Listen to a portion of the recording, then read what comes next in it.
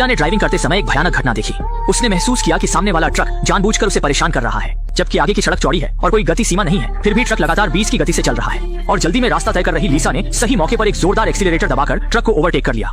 Overtake करने के बाद उसकी गुस्सैल सहेली ने तुरंत ट्रक की ओर अंतर्राष्ट्रीय इशारा किया, लेकिन उन्हें यह नहीं पता था कि यही हरकत उन्हें गहरे संकट में डाल देगी। दोनों बहनें सोच रही थीं कि यह यात्रा का एक छोटा सा हिस्सा है, इसलिए उन्होंने इसे गंभीरता से नहीं लिया। लेकिन कुछ ही मिनटों में वह ट्रक जोर से हॉर्न बजाते हुए तेजी से उनके पीछे आ गया। यह देखकर कि यह विशालकाय ट्रक परेशानी खड़ी कर सकता है, लीसा ने शांति बनाए रखने का फैसला किया और तुरंत गति कम कर दी ताकि ट्रक उन्हें ओवरटेक कर सके। लेकिन किसे पता था, ट्रक के ओवरटेक करने के बाद वह फिर से कछुए जैसी धीमी गति से चलने लगा। पीछे से निकलने वाले धुएं से परेशान लीसा ने सोचा कि वह ट्रक को ओवरटेक करके हमेशा के लिए पीछा छुड़ा लेगी। लेकिन जैसे ही ट्रक ने समझा कि वे ओवरटेक करना चाहते हैं, वह अजीब तरह से गाड़ी चलाने लगा और लीसा को ओवरटेक करने का बिल्कुल भी मौका नहीं दिया। इस पल ने लीसा और उसकी सहेली को इतना गुस्सा दिला दिया कि वे जोर जोर से गालियां देने लगी। ओवरटेक करने का मौका न मिलने से परेशान होकर वे बस ट्रक के पीछे पीछे चलते रहे और उसका धुआं झेलते रहे। इस तरह वे नहीं जानते कि कितनी देर तक ट्रक के पीछे चलते रहे। ट्रक चालक ने अचानक उन्हें ओवरटेक करने का संकेत दिया। उन्हें लगा कि शायद सामने वाला अब खेल से ऊब गया है, लेकिन जैसे ही वे ओवरटेक करने के लिए लेन बदलने वाले थे, दोनों बहनें लगभग कार दुर्घटना का शिकार होकर मर ही गई थीं। तभी उन्हें एहसास हुआ कि ट्रक चालक एक पूरी तरह से रोड रेज का शिकार है और गुस्से में भरी सहेली ने बिना कुछ सोचे समझे तुरंत ट्रक का नंबर नोट कर लिया और पुलिस को बुलाने का फैसला किया। लेकिन उन्हें यह बिल्कुल भी अंदाजा नहीं था कि इस वीरान सुनसान जगह पर उनके मोबाइल में एक भी सिग्नल नहीं था। ट्रक के धीमी गति से चलने के कारण दोनों बहनें और अधिक गुस्से में आ गईं। इसलिए जब वे एक चौराहे पर पहुंचे तो उन्होंने बिना कुछ कहे अपनी कार को बगल की सड़क पर मोड़ दिया।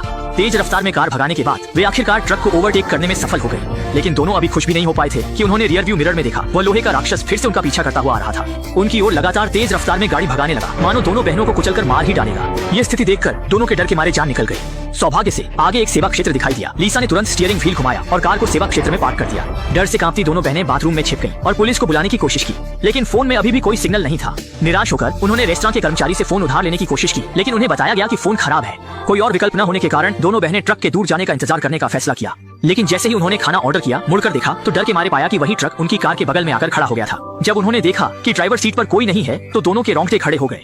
जाहिर है ट्रक चालक भी रेस्तरां में था। ये सोचकर उन्होंने आसपास देखा। जल्द ही एक संदिग्ध सा दिखने वाला बड़ा दाढ़ी वाला आदमी उनकी नजर में शक की वजह बन गया। ये महसूस करते हुए कि वह शायद ट्रक चालक ही है, लीसा हिम्मत जुटाकर आगे बढ़ी और उससे पूछा कि वह क्या चाहता है। Stop it, what now, what I am talking about. लेकिन दाढ़ी वाले आदमी ने कुछ भी नहीं समझा और लीसा को पागल कहकर गाली दी। फिर वह बिना पीछे देखे रेस्तरां से बाहर निकल गया। लेकिन उन्हें यह नहीं पता था कि वह आदमी ट्रक चालक नहीं था, बल्कि ट्रक के बगल में खड़ी पिकअप ट्रक का चालक था। लेकिन इससे पहले कि वे कुछ समझ पाते, ट्रक ने धीरे धीरे इंजन चालू कर दिया। ये जानने के लिए कि वह क्या चाहता है, दोनों बहनें तेजी से बाहर निकली और उससे पूछने की कोशिश की, लेकिन ट्रक ने उन्हें पास आने का कोई मौका ही नहीं दिया और एक ही झटके में तेज रफ्तार से चला गया। ट्रक को धीरे धीरे दृष्टि से गायब होते देख दोनों बहनें सोचने लगीं कि शायद उन्होंने ज्यादा सोच लिया। हो सकता है कि वह बस रेस्तरां में खाना खाने आया हो, जानबूझकर उन्हें निशाना नहीं बना रहा था। यह सोचकर दोनों ने फिर से यात्रा शुरू की। हालांकि ज्यादा समय नहीं बीता था, उन्होंने डर के मारे देखा कि वह डरावना ट्रक फिर से उनके पीछे आ गया है। ये महसूस करते हुए कि वह ट्रक अब उनका पीछा कर रहा है, डर से सहमी दोनों सहेलियों में से एक ने जोर से एक्सीलरेटर दबाया ताकि वे पूरी रफ्तार से उसे पीछे छोड़ सके। लेकिन उन्हें यह अंदाजा नहीं था कि यह ट्रक खास तौर पर मॉडिफाई किया गया था। इसमें कोई खास उपकरण लगा है। वे चाहे जितनी भी स्पीड बढ़ा लें, पीछे वाला ट्रक हमेशा उनके पीछे ही रहता है। दोनों के बीच एक गति और जुनून का खेल शुरू हो गया, लेकिन जिस चीज से डरते थे वही हो गया। अचानक कार का टायर फट गया। पीछे से तेजी से आ रहे उस विशालकाय ट्रक को देखकर दोनों बहनें बिल्कुल निराश हो गईं। वे सोच रहे थे कि उनकी जान यहीं खत्म हो जाएगी, लेकिन ट्रक बस पास से निकल गया और दया दिखाते हुए उन्हें छोड़ दिया। खतरा खत्म होते देख डर के मारे कांप रही दोनों बहनें अब जाकर गाड़ी से बाहर निकलने और टायर बदलने की हिम्मत जुटा पाईं। लेकिन अभी लीसा पेंच खोल भी नहीं पाई थी कि उसकी सहेली ने डर के मारे देखा वह पीछा न छोड़ने वाला ट्रक फिर से उनकी ओर लौटा चला आ रहा था। चूंकि टायर अभी तक नहीं बदला गया था, दोनों बहनें अपनी कार छोड़कर घास में भाग गईं। लेकिन जल्दबाजी में लीसा एक पत्थर से ठोकर खा गई।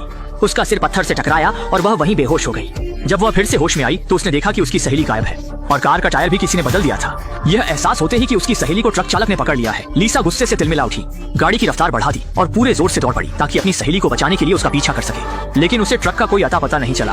वह नहीं जानती कि कितनी दूर चली गई। उसने देखा कि ट्रक सड़क के किनारे उसका इंतजार कर रहा है। अपनी प्यारी सहेली को बचाने के लिए लीसा ने हिम्मत करके ट्रक चालक से पूछा कि वह क्या चाहता है और उससे अपनी सहेली को छोड़ने की विनती की।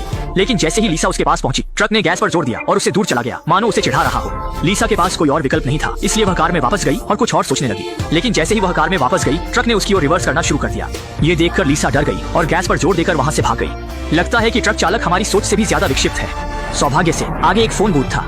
इस समय लीसा ने जल्दी से सूझबूझ दिखाई, फौरन स्टीयरिंग घुमाकर गाड़ी को घास में छुपा दिया।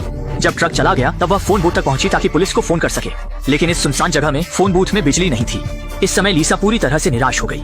सोचा भी नहीं था कि बस साधारण सा घूमने निकले हैं, मगर इतनी खतरनाक मुसीबत में फंस जाएंगे।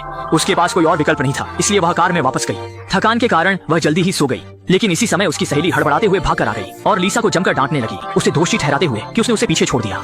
लीसा ने स्थिति को देखकर माफी मांगनी शुरू कर दी, लेकिन तभी उसे कुछ याद आया और उसने सहेली से पूछा कि वह कैसे पहुंची।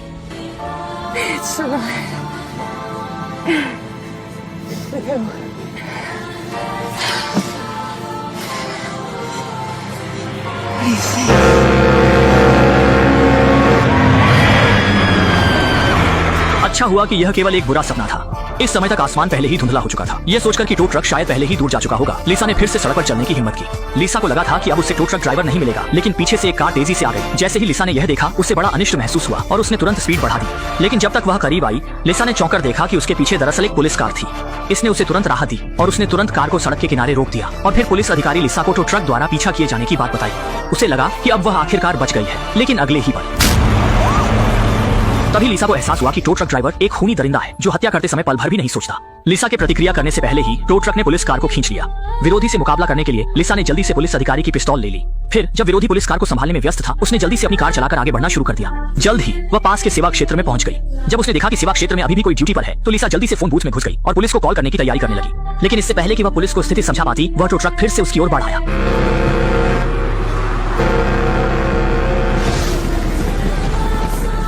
ये महसूस करते हुए कि टो ट्रक उसे पूरी तरह से खत्म करना चाहता है, लीसा जल्दी से कार में वापस दौड़ी और एक झटके में सेवा क्षेत्र से बाहर निकल गई। लेकिन ज्यादा दूर नहीं गई थी कि वह डरावनी टो ट्रक फिर से पीछा करने लगी और उसकी कार को बार बार टक्कर मारने लगी। यह महसूस करते हुए कि वह सीधे टकराव नहीं कर सकती, लीसा ने केवल गैस पेडल को जोर से दबाया और तेजी से दौड़ने लगी। इस तरह वह रात भर दौड़ती रही और अगले दिन सुबह तक पहुंच गई। सौभाग्य से वह टो ट्रक आखिरकार पीछे छूट गया।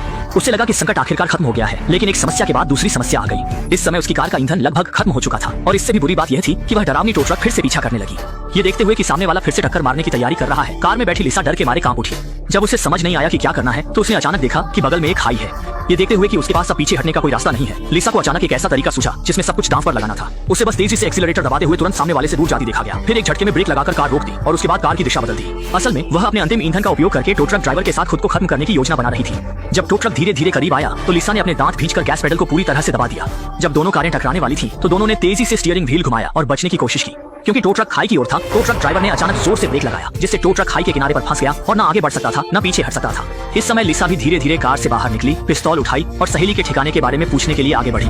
लेकिन तभी उसकी कार से एक मोबाइल की रिंगटोन सुनाई दी। उसे लगा कि आखिरकार मोबाइल में सिग्नल आ गया है, लेकिन जब उसने उठाया और कॉल रिसीव की, तो उसने पाया कि रिंगटोन उसकी नहीं थी, बल्कि ट्रंक से आ रही थी। एक बुरा एहसास तुरंत उसके दिल में आ गया, लेकिन जब उसने ट्रंक खोला, तो सामने का दृश्य उसे गहरे दुख में डाल गया। अंदर उसकी सहेली की लाश थी।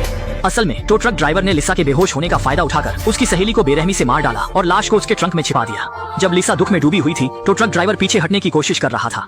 अपनी निर्दोष मरी हुई सहेली का बदला लेने के लिए लीसा बिना कुछ सोचे तुरंत कार में वापस गई, रिवर्स गियर लगाया और एक झटके में टो ट्रक की ओर टक्कर मार दी।